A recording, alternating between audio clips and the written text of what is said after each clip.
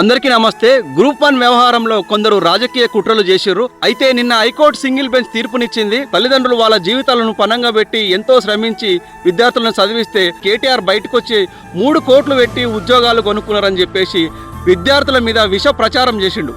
విద్యార్థుల తల్లిదండ్రులు మీడియా ముందుకొచ్చి మా జీవితాలను పణంగా పెట్టి ఎంతో శ్రమించి మా పిల్లలను మేము చదివించుకుంటే మా పిల్లలు ర్యాంకులు కొడితే ఈరోజు దాన్ని మీరు రాజకీయం చేస్తున్నారు. మేము కటిక పేదరికంలో ఉండి మా పిల్లలను ఎంతో శ్రమించి చదివిస్తే ఈరోజు కేటీఆర్ రాజకీయం చేస్తున్నాడని చెప్పేసి కన్నీటి పర్యంతం అయ్యారు మీడియా ముందు మన విద్యార్థుల తల్లిదండ్రులు. కేటీఆర్, మీ అయ్యా మీరు అధికారంలో 10 ఏళ్ళు ఉండి ఒక్క పరీక్ష కూడా సరిగ్గా నిర్వహించకుండా విద్యార్థుల జీవితాలతో చెలగాటమాడుకున్నారు.